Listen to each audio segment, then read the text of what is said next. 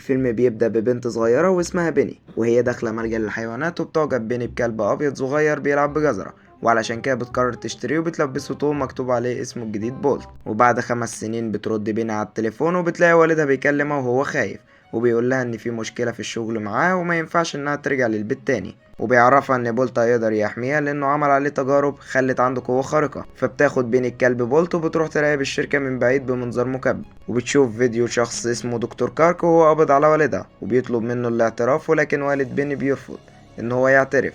وده بيخلي دكتور كارك يطلب من واحد من رجالته ان هو يروح يجيب حاجة هتخلي الدكتور يعترف. وبتمشي بيني ورا الشخص ده لحد ما بيختفي من قدامها، وفجأة بتظهر عربية وبتحاول تخطف بيني، ولكن بولت بيجري على العربية بسرعة اللي بتتقلب بمجرد ما بتلمسه. وبعد كده بيمسكها وبيقف فوق الجسر، وبتسأل بيني السواق عن المكان اللي الدكتور كارك خاطف فيه والدها، فبيخاف السواق وبيعترف لها ان هو في بوليفيا. وبتهرب ميلي بسرعة بالسكوتر هي وبولت من الطيارات والموتوسيكلات اللي بعتهم كارك وراها علشان يخطفوها، وبيستخدم بولت قوته الخارقة علشان يهزم أتباع كارك وبينقذ بيني، ولكن أتباع كارك بيبقوا عددهم كبير جدا وبيقدروا يحاصروهم، وساعتها بولت بيستخدم النباح الخارق بتاعه بيدمرهم كلهم. ولما بتدخل بيني وبولت العربية بتاعتهم بيتضح ان كل ده مجرد تمثيل لتصوير مسلسل، وبيبدأ المخرج يراجع المشاهد وبيتعصب لما بيكتشف ان في ميكروفون ظاهر في الصورة، وبيشرح للمساعدين بتوعه ان هو ما بيحبش يعيد تصوير مشاهد الكلب، وده لان الكلب فاكر انه عنده قوة خارقة فعلا، ولو اكتشف الحقيقة أداؤه مش هيبقى كويس والجمهور مش هيصدق تمثيله. فبتزعقله مديرة الإنتاج وبتقوله إن كل همها إن الناس ما تغيرش القناة ويفضلوا يتفرجوا على المسلسل أيا كانت الطريقة، وإلا هترفضه. وفي أوضة اللبس بتشكر بيني كلبها اللي بيبقى فاكر إنه عنده قوة خارقة بجد، فبتحط له أكل وبتلعب معاه شوية بتحضنه وبتسيبه وبتخرج برا الأوضة، وبتحاول تقنع مامتها ومدير أعمالها إنها تاخد الكلب معاها للبيت، ولكن مدير اعمالها بيرفض لان الكلب ممكن يكتشف ان هو ما عندوش قوه خارقه، وبيسيبوا المكان وبيمشوا. وبتظهر قطتين وبيتكلموا عن بولت وبيقولوا له ان هو ما بيخرجش من مكان التصوير ابدا، وبيبصوا عليه من فتحه السقف، وبيقولوا له ان هم في يوم هيوصلوا لصاحبته بيني وهينتصروا عليه، لكن بولت بيقول لهم ان هم اختاروا طريق الشر اللي هيدمرهم في النهاية. وبتقول له قطة فيهم ان الراجل اللي عنده عين خضرا عنده خطة وهينفذها وهيقتل بيني، وبيسيبوه وبيمشوا. وبترجع بيني تصور مشاهد جديدة مع بولت تحت اشراف المخرج اللي بيبقى مركز في كل التفاصيل، وبيظهر فخر التصوير دكتور كارك بعينه الخضرا ومعاه قطة بتاعته ولونها اسود وهو بيخطف بيني، وبينتهي المشهد لحد هنا. وبيقول المخرج لمديرة الانتاج ان هو ساب نهاية المسلسل مفتوحة علشان يعملوا جزء تاني، وفي الوقت ده بتجري بيني ورا بولت بعد ما حطوه في صندوق علشان تفهمه انها بخير، لكن مدير اعمالها بيمنعها وبيفهمها ان الكلب لازم يفضل فاهم انها في خطر ومخطوفة، وده علشان التصوير يطلع صادق ومؤثر. اما بولت بيبقى في اوضة الملابس، وبمجرد ما بتفتح القطتين فتحة السقف بيهرب من المكان وبيجري على موقع التصوير، ولما بيسمع صوت بيني وهي بتطلب النجدة بيحاول يوصل لمصدر الصوت اللي بيبقى طالع من اوضة المونتاج. بيحاول ان هو يخرج من الشباك، ولكنه بيتخبط في الازاز وبيقع في كرتونة وبيفقد الوعي، وبيجي عامل وبيقفل الكرتونة وبيحطها في عربية الشحن اللي بتوصلها المخزن في الشارع، وبيهرب بولت بمجرد ما بيفتح العامل الكرتونة وبيجري بسرعة في الشارع. ومجرد ما بيشوف راجل قاعد بيقرا الجورنان بيفتكر ان هو ده دكتور كارك، وبيجري بسرعة وبيحاول ان هو يدمر السلك بقوته الخارقة، لكن ما بيقدرش وبيستغرب من اللي حصل، وبيعدي من فتحة، ولما بيقرب من الراجل بيلاقي ان هو شخص تاني، وبيجري بسرعة في الشارع وهو خايف لحد ما راسه بتتحشر في سور جنينة، وبيقف قدامه حمامة صغيرة وبيتنادى على اصحابها وبيساعدوه ان هو يطلع راسه.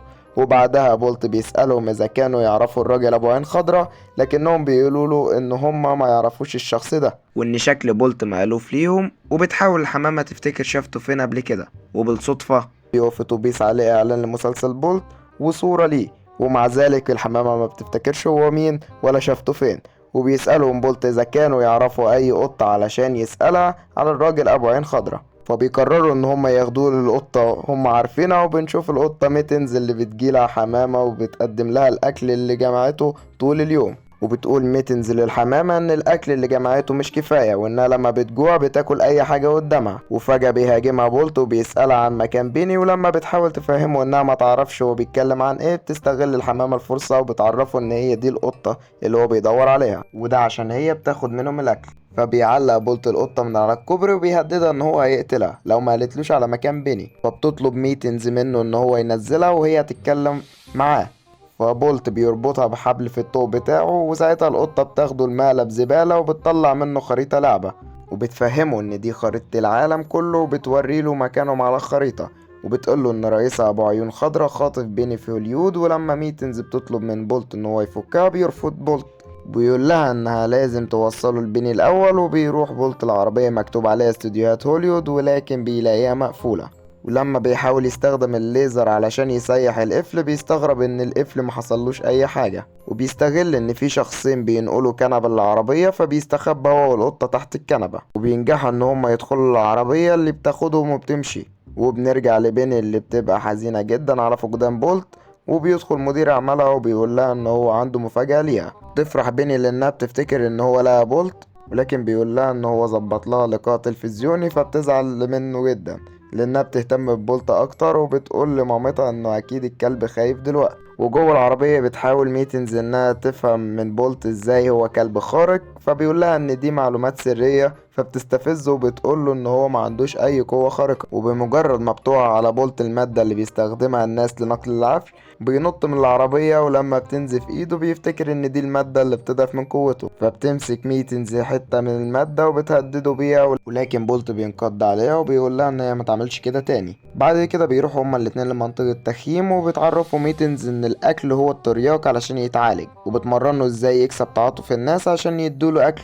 وبينجح بولت في الاختبار ده، وبيبدأ بولت يخبط على الناس وبيكسب تعاطفهم وبيكسب اكل كتير جدا، لحد ما بيوصل له عربية عايشة فيها ست عجوز عندها هامستر اسمه راينو. ولما بيشوف بولت بيفرح جدا، وبيروح يقول له ان هو البطل المفضل ليه في التلفزيون. وبيفضل راينو يتكلم عن قوة بولت الخارقة، وده بيخلي بولت يستغرب لان المفروض محدش بيشوف ده. ولما بيسأله عن بيني بيقول له انها مخطوفة، فبيقرر راينو ان هو يساعده علشان ينقذها، وبياخدهم عشان ينطوا من فوق جسر على القطر اللي هيعدي من تحتهم. فبتخاف ميتنز وبترفض انها تعمل كده، وبتقول عليهم ان هما مجانين، لكن بولت بيمسك في اعلان وبينطوا من على الجسر وبينزلوا كلهم على سطح القطر. وبتكون ميتنز هتقع من على القطر، فبيتدخل بولت وبيساعدها. ولما بيبقى بولت هيقع بتحاول ميتنز تساعده، لكن راينو بيفتكر انها بتوقعه، وساعتها بينقض عليها بسرعة علشان ينقذ بولت. فبيقعوا هما التلاتة من على القطر. بعد كده بتحاول ميتنز انها تفهم بولت ان هو بطل مسلسل على التلفزيون وكل اللي بيعمله تمثيل،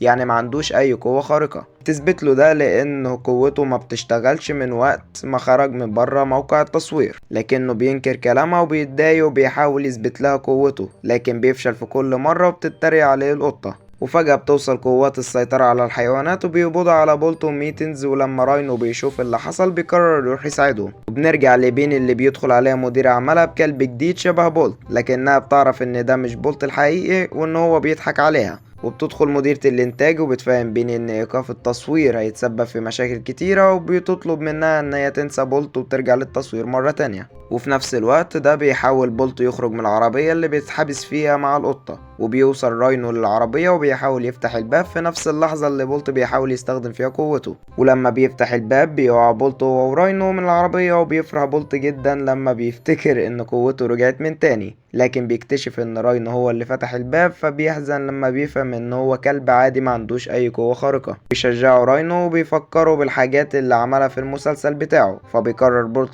ينقذ ميتنز بمساعدة راينو، وبيروحوا للمكان المحبوسة فيه. بيستغلوا ان الشرطية خرجت من الباب بعد ما سمعت صوت غريب، وبيروح بولت الميتنز علشان ينقذها، وما بيتصدقش القطة ان هو رجع علشانها، وبيفتح لها الباب وبيروحوا ياخدوا راينو علشان يهربوا، لكن في ضابط بيشوفهم وبيبدأ يطاردهم، بس بينجحوا في الهروب منه بعد ما بيسببوا حريقة في المكان كله. لما بيلاقوا عربية شحن في الشارع بيدخلوها علشان يهربوا، وبيقول بولت الميتنز ان هو اقتنع ان ما عندوش اي قوة خارقة، فبتقول له ميتنز ان الافضل يكون كلب عادي لان ده شيء جميل، وبيفضلوا يلعبوا كلهم سوا، وبيتنقلوا من على العربية من مكان لمكان، وبيستمتعوا بحياة الحيوانات الطبيعية اللي كلها مغامرة وإثارة من غير أي قوة خارقة.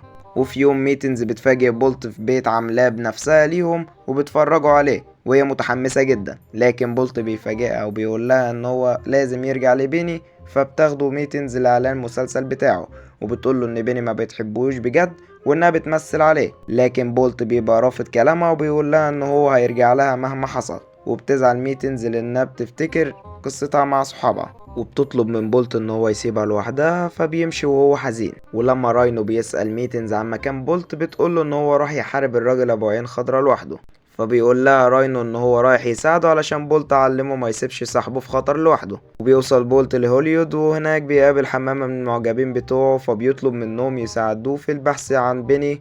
فبيوافق الحمام وبيوصله للاستوديو اللي بيتصور فيه المسلسل. وفي نفس الوقت بتوصل ميتنز وراينو لهوليود وبيروحوا لموقع التصوير. وبيدخل بولت لأوضة الملابس بتاعته، لما بيسمع صوت بيني بيشوفها وبيجري عليها علشان يحضنها، لكنه بيتفاجئ لما بيلاقيها بتحضن كلب تاني شبهه. فبيتأثر بالمشهد وبيفتكر كلام ميتنز وبيمشي وهو حزين لأنه ما يعرفش إن ده تمثيل. ولما المشهد بيخلص بتحضن بيني مامتها وهي حزينة لأنها مفتقدة بولت جدا، وبتشوف اللي حصل ده ميتنز وبتقرر تعرف بولت. وبيبدأ مشهد جديد من المسلسل وبنشوف كاريكو وهو معلق بيني في الحبل، وبيدخل بولت علشان ينقذها، لكن الكلب اللي بيقوم بدور بولت بيخاف وبيجري وبيتسبب في حرق المكان. وبتروح ميتنز لبولت وبتحكي له اللي شافته، ان بيني بتحبه جدا ومفتقداه. وفجأة بيسمع بولت صوت الحريق، فبيجري بسرعة هو وميتنز وراينو. وبينجح بولت ان هو يدخل لمكان الحريق في اخر لحظة، وبيفضل يدور على بيني اللي بتفرح لما بتشوفه وبتجري عليه وبتحضنه. بيحاولوا يهربوا هما الاتنين من المكان، وبتمسك بيني في حبل وبتمشي ورا بولت لحد ما بيوصلوا لفتحة التهوية،